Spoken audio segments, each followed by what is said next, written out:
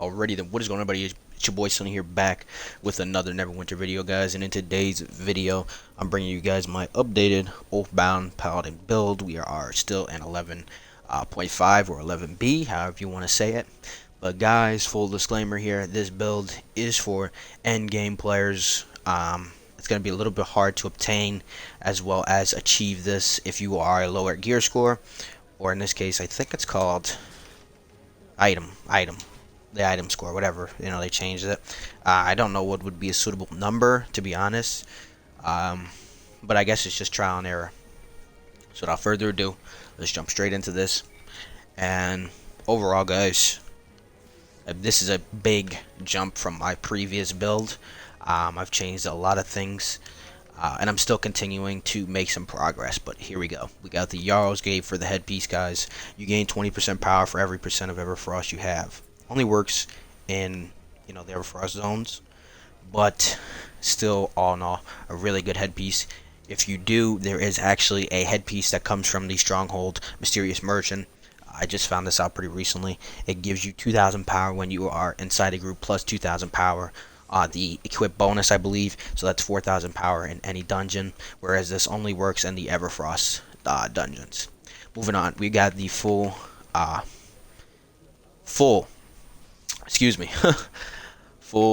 Stronghold PvE Masterwork set. We get the chest, the arms, and the feet. We have the restoration, and of course restoration.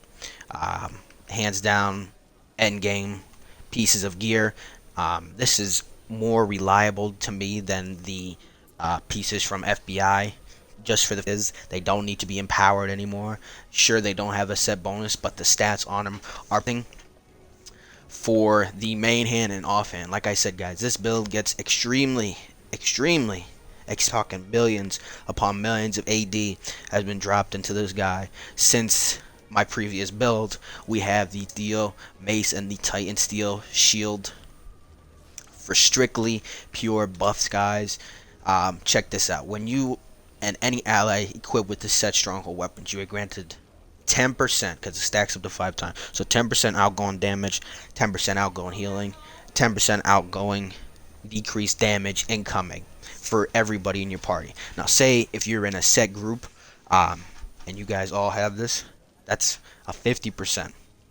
That's crazy. That's just mind blowing. So definitely worth the AD. I think I paid 2 million for this, which really isn't that bad. Pretty fair price. Like I said, it gets if you want end game, you gotta spend the AD. Unless you're a masterwork yourself, in that case, you can just make it. Moving on to the right side, we still have the neck and the waist as the Greater Lathander's belt and the Greater Imperial Dragon Cloak.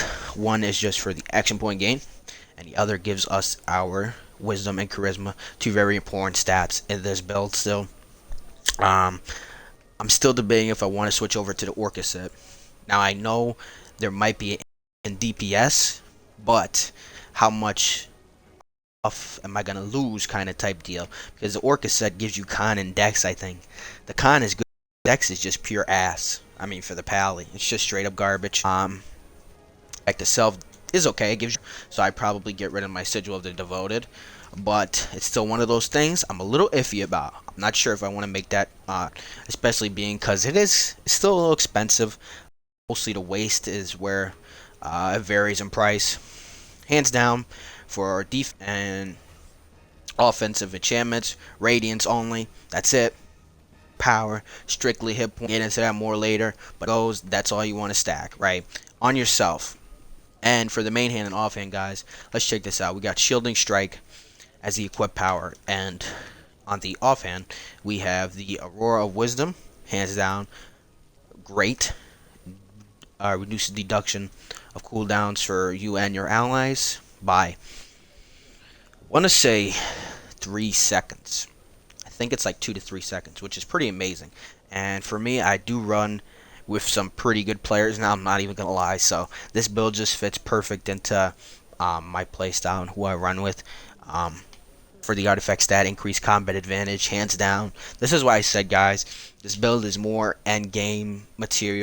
You're going to be running a lot more with better end game players who are more sufficient know how to play their class, stuff like that. So this build is still orientated towards endgame. Just full disclaimer on that. This might not work for lower item as effectively. Moving on to the reinforcement kits, as you see, I did not do that, but you do want to use power. And on the right side, you want to use action point. We have the shirt and pants for Warriors Gemmed. There's the Everfrost, which isn't as good, even though there is a stat bonus, but we are sharing. So to get this power crit, it's just amazing, and it helps out in the end. Moving on to the race. Now, as you guys see, of course, I did switch. I am a Dragonborn now. Hands down, man, more than a human. Definitely worth the Zen to make the switch. The 3 extra feet, not even that, no. But this guy is 10 more power, 3% more crit. Can't beat that, guys. Honestly, if you're a human, I'm telling you, you won't. It's an amazing switch. So here's my roll. I'm not exactly how I got the roll. Okay, I know I put most points into Constitution and Charisma, and then from there, that's where you're putting your 2 points at Con and Charisma. And we'll play more into Charisma why in a minute when we jump to our feats. But I think I went for the highest possible Con and Charisma roll for the Dragonborn you can get. Here's my stats just standing here. Ooh, excuse me. As you can see, we're at 34,000 power just standing here, which is pretty nice. That is unprocced. Your power does not continue as it's procced, so that's why it's important to stack as much power on yourself as possible. And like I said, I don't even have rank 12s yet. I just got some rank 9s, some rank 8s, because I've been doing a lot of trading to get the stuff that I need, whereas enchantments are just easy to make for me at this point. Moving on, I just want to make sure that, the armor and the weapon enchantment, about that. Now, right now, I'm running the Transcendent Plague and the Pure Shadowclad. Now, there's a lot of speculation out there. There's new buffed enchantments, guys. There's just so many. Run. It's just optional. You can run the Lightning, Purple, the Terror, the Plague Fire, the Bronzewood. Honestly, run whatever the hell you want. Besides, like a Life Drinker, shit like that. They're really nonsense ones. But I guess it's just all how much AD you have at the moment. I really like the Plague Fire. I think though, I might switch to the Lightning because of reduction. Plus, it's great for maintaining aggro. For my armor enchantment, I'm using Neverwinter Transcendent. It does have that ability to turn invisible for seconds, and it only happens every 30 seconds. Still, not a big, but I might actually switch to the Bark Shield, give that a whirl. Might try out the Negation, give that a whirl. See those two. But I think the Bark Shield is what I'm leaning toward at the moment, just because of the effects of that one.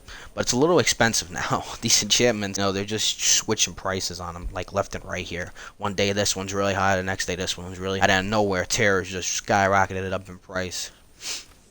Moving on to powers. For your Auroras, we always use Courage and Wisdom. They never switch. Courage is just a damage bonus to you and your allies. So the more hit points you have, the more damage bonus you will share. For your at wheels, we got Radiant Strike and Shielding Strike.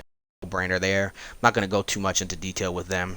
You kind of read it for yourself. It's just a nice way to maintain aggro as well as give yourself a little buff shield.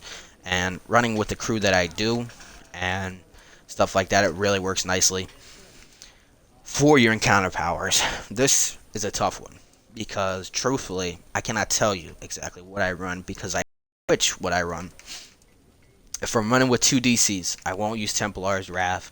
I will just use strictly DPS move, which is Circle of Power, Sacred Weapon, and Smite. But if I'm not running with 2 DCs, you have to run Templar's Wrath. You have to run Circle of Power. And if I'm in an MSP, I'll use Relentless Avenger. This thing is amazing. Again, your action point gain up, especially when you're pulling them all together. We don't use Binding Oath anymore. I do use Bane occasionally. It's not bad, but, if you're at, like I said, with this build, if you can combine Sacred Weapon with Smite and the Circle of Power, it's going to be more beneficial because you do a shit ton of DPS. I usually run this in FBI. Burning Light is still pretty good. It's not bad for when you're running dailies. It's just Smite is a really nice single target DPS move, especially if you're running with an OP group. You know, you just can't beat it. It's just an amazing. We do use Shield of Faith instead of Divine Protector, and as well as Divine Judgment. The bubble, truth be told, in my opinion, this is just my opinion, it's just absolutely shit. And for this build, Shield of Faith is just amazing. It just all connects nicely, plus it lasts longer. Plus with all my other extra things that I'll show in a minute on why we use this instead of the bubble. Number one, it says it right there. 30% receive less damage and 30% more healing. Okay, now you might say, well, the bubble is 60%, right? But the bubble only lasts, what is it? 6 seconds, 1, 2, 3, 4 seconds, compared to 2, 4, 6 seconds, right? And Shield of Faith is one of those moves where if you're running with 2 DCs, you don't even see your health drop. Even if you're running 1 DC who's okay, you rarely see your health drop. While Divine Protector, you will kind of see your allies drop. And just like I said, with the group that I run with, Shield of Faith is just a way better alternative because I do run with a DPS Guardian Fighter, and the Shield of Faith keeps them alive better than I would say the Divine Protector. But if you say the bubble's better, you know, drop me down a comment on exactly why. That is just my opinion. Like I said, everybody's entitled to their own opinion. For the feats, guys, I'm not going to go crazy with them. I'm just going to tell you a couple of them. Divine Action, Weapon Master, Toughness, Exemplar's Haste, Wrathful Strikes, Impassion Pleas, Steadfast, and then Force of Will. This is why we stack points into Charisma instead of Constitution and Wisma. We do Constitution and Charisma for the simple fact is each point of Charisma increases your critical chance by 1%. And with this build, we do achieve 100% crit chance. That is why we achieve 100% crit chance, the 60% armor pen cap, and the rest is just strictly power.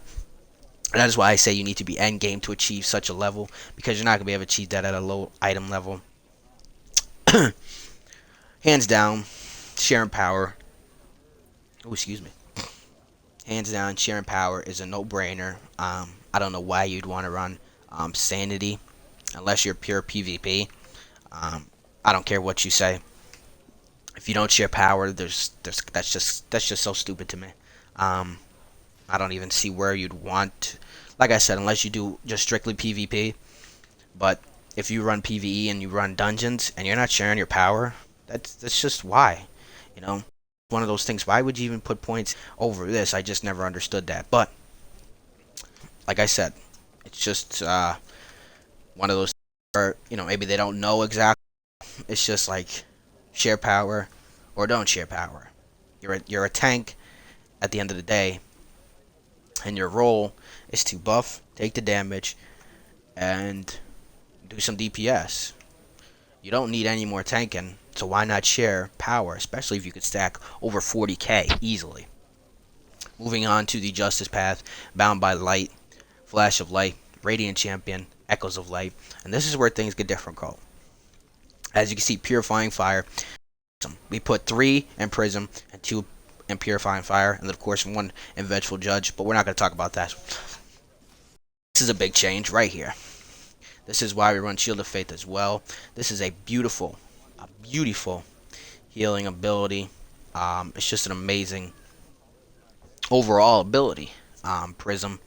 Now, we still like to do the Purifying Fire just for the fact is it does increase our DPS when we're just using our at-wills, but at the same time, once you use an encounter power, it is removed instantly. So, it's kind of one of those things where you just got to know your encounters. So, you know, if you're just popping counters and constantly, then you're not Purifying Fire too much. So, I mean, maybe you would just want to use 4 and then put 1 point into here. It's just one of those things you just have to master. Moving on to the boons. Power boon, no brainer. Hit point boon. If you don't have it, I'm lucky enough to be in a guild that does. You have no other choice but to take the defense boon. But at the same time, I really recommend if you're an OP that you get into a hit point boon guild. That's just my opinion. The mount speed, PvP, no boons there. Sharindar, got the power crit. 1600 hit points, 2000 power. And then the Elvish Fury, Dread Ring, we got the power, Lifesteal, 3% resistance ignored, Shadow Touch, and Rampaging Madness. Icewind Dale, not done yet. 400 advantage, 400 income parity, Cool Resolved, and Winter's Bounty is what you would want. Underdark, power, crit, combat advantage, stamina regen, and of course Abysmal Strikes. Tyranny of Dragon is power, crit, armor pen, lifesteal, and then the increased crit severity. Hands down for your Maze Engine, 400 incoming healing, combat advantage, action point gain, and the Behemoth's Might. Elemental Evil, Wave of Force, Earth's Renewal, Syrian Aggression, and then Gale of Retribution. Storm King's Thunder, Frosty something, I don't know. Survival Instance, Icy Wrath, Glacial Strength, and unfortunately I only have one out of the 3 here, but Chill of Winter, I would definitely put one in Frozen Reflection, and probably one more in Chill of Winter or Frozen Reflection, depending on what you got. The Cloak Ascendancy, Aurora of Hope, Fiery Frenzy, and then Soothing, I don't know what the hell that word is, but the 500 recovery one, and you would probably go with the Aberrant Power, because the other ones are just kind of trash. Moving on to campaigns, this is another big one. This is very important. We have the Energon Ball, which increases our hit points by 5%. That's just a nice overall buff. We have the Earth Archon, which increases your damage against targets by 4% when you're at full health, which is pretty much all the time as an OP. The Harbor Ballard, I'm going to get rid of him when I get my Con Artist Legendary. I just have him on just for the fact is that he's legendary, just so I can get that 15% bonus stats. But I probably will switch him out for either the Water or one of the Enroyal or the Cannabis Mage for the 10% crit severity at Epic. But we have the Fire and of course the Con Artist. I just really love the Con Artist. He has 3 rings. Unfortunately, he only has 2 offense and 1 defense. But really, the Sellsword is just too much grinding of... what dungeon is that? The Mad Wizard's Lair, and the drop rate for it is just god awful. So, hands down, just want the Con Artist. He's easy. The Ambush Drake isn't bad. It's 3 necks. I just really love the 3 rings. So we do have the new Masterwork rings, which give us crit recovery, and the one that gives us crit and armor pen. This is the jump that we need to get over the 60%, and this is the rings that give us that 100% crit. That's why this gets expensive. These rings are about 400k a piece. So right there, that's like 1.2 million in just rings. I was just tired of farming for double slider rings, and these are one of the BIS rings in the game. Moving on to mounts, guys. As you can see, of course, I did get my lion, but it's only one of the legendaries that I need, actually. You do want the lion and the whirlwind. The lion for the combat power, sorry, and then you want the arcane whirlwind for the equip power, which is 4,000 power. That's just BIS, like I said. 4,000 extra power, shared, is just amazing. You can't beat it. You don't need the crit, you don't need the recovery, you don't need anything else but the power at this end game level. For your stable, now, my stable is set up for the group that I run with. Maybe you will change this around for your team. I run Protector's Camaraderie, Shepherd's Devotion, Magistrate Patience, Cavalier's Warning, and Artifactor's Persuasion. If you don't have a legendary mount, there's no point in using Cavalier's Warning. And I run Shepherd's Devotion because of the fact is whenever you use a daily power, your teammates' defense, deflection, and movement are increased by 5% of your power. If you're running, let me make sure I tell it to you right. If your teammates are running right here, which is Assassin's Covenant, this plays into effect here. So every time you use a daily power, their defense, deflection, and movement are increased, and as their defense, and what is this one? their defense, deflection, and lifesteal, but you're boosting 2 out of the 3 stats, they'll get more power. So it's just one of those things where it kind of all connects nicely. But if your teammates aren't using that, then, you know, this is still a nice buff to use, but it just works better when they're using that. So that's why at this end game type level, guys, it's really good to find a group that's pretty consistent, that you can get in and out of dungeons with, that are, you know, just find a group. Really, if you're at this level, it's important to play with other people, you know, and not just go and looking for pug groups, because pug groups could be a hit or a miss at the end of the day. So real quick, I'm just going to go over to the dummy. And if I did miss something, just let me know down in the comment box below. And I'm not going to show this build in action in this video. I'll probably do another one. But here we go. So I'm just going to mark them real quick. I'm not even going to strike them. Maybe I have to. God, hit him, you stupid companion. Alright, so here we go. We're at 72k power, 26k, 7k armor pen. We're actually 69. I think that's because of my brutality ring. We're at 69, 6. And defense is 15k, 194 hit points, right?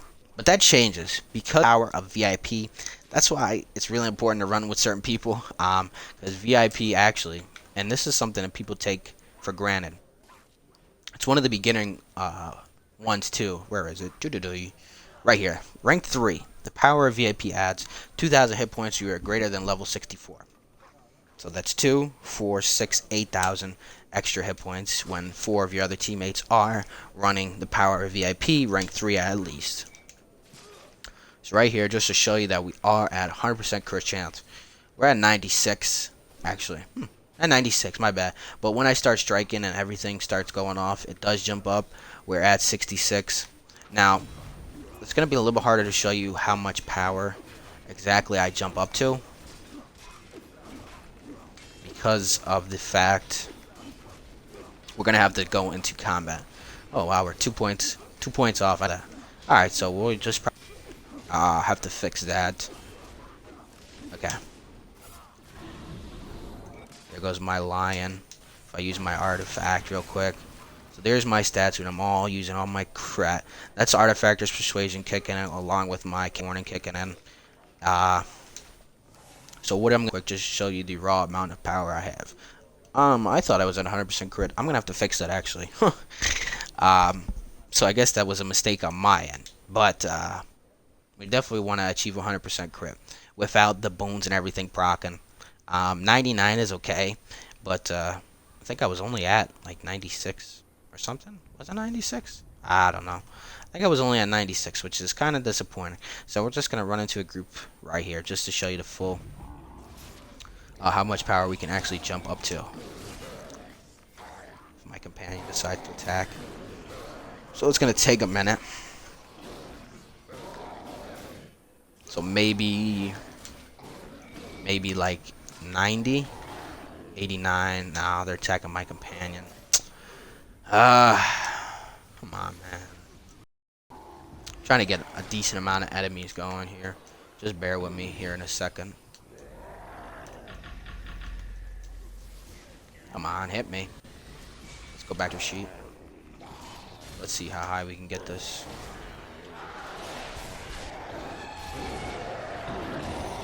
And then I got 8. Okay. I guess we're fighting. But I think it was like 88k it was maxed out at, which really isn't bad considering that I don't have full rank 12s on myself. And I don't, which is kind of a bummer because that kind of decreases the amount of hit points I have. And with the Oath of Protection mechanic right here in the general, the more hit points you have, the more power you'll be able to stack, because it caps at 10% of your hit points. So that is why everything is just interchangeable so nicely. I guess that's why, if you ever notice, a Paladin doesn't have a damage bonus, right? Because I think we're like the only, well, I don't know about the only class, but maybe a DC could. But you know, I don't know if they're, you know, even at end game, if they're just going for 100% crit chance. I don't think there's a class, You know, I don't want to say that because I don't know. But let me know if there's another class out there besides maybe a DC using like AA at certain points that can get up their power to 100k by themselves, right? That'd be pretty cool. If there is, then man, they're robbing us here. Because